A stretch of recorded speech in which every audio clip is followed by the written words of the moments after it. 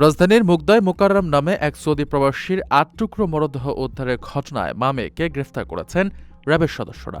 সেই সঙ্গে হত্যার আলামতও উদ্ধার করা হয়।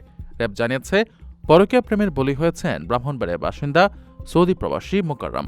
তাকে হত্যা এবং মরদেহ ৮ টুকরো করে পলিথিনে মান্ডার একাধিক এলাকায় ফেলে রাখা হয়। চাঞ্চল্যকর এই ঘটনার প্রধান আসামি হেলেনা বেগম ও তার মেয়ে হালিমাকে আলামত সহ গ্রেফতার করা হয়েছে। এর আগে র্যাব জানায় ৫ লক্ষাধিক টাকা আত্মসাৎ করে পরকীয়া প্রেমিকা ও বান্ধবী মিলে ঘুমের ওষুধ খাইয়ে প্রবাসী মোকাররমকে নৃশংসভাবে হত্যা করে। এরপর মরদেহ ৮ টুকরো করে আলাদা জায়গায় ফেলে দেয়।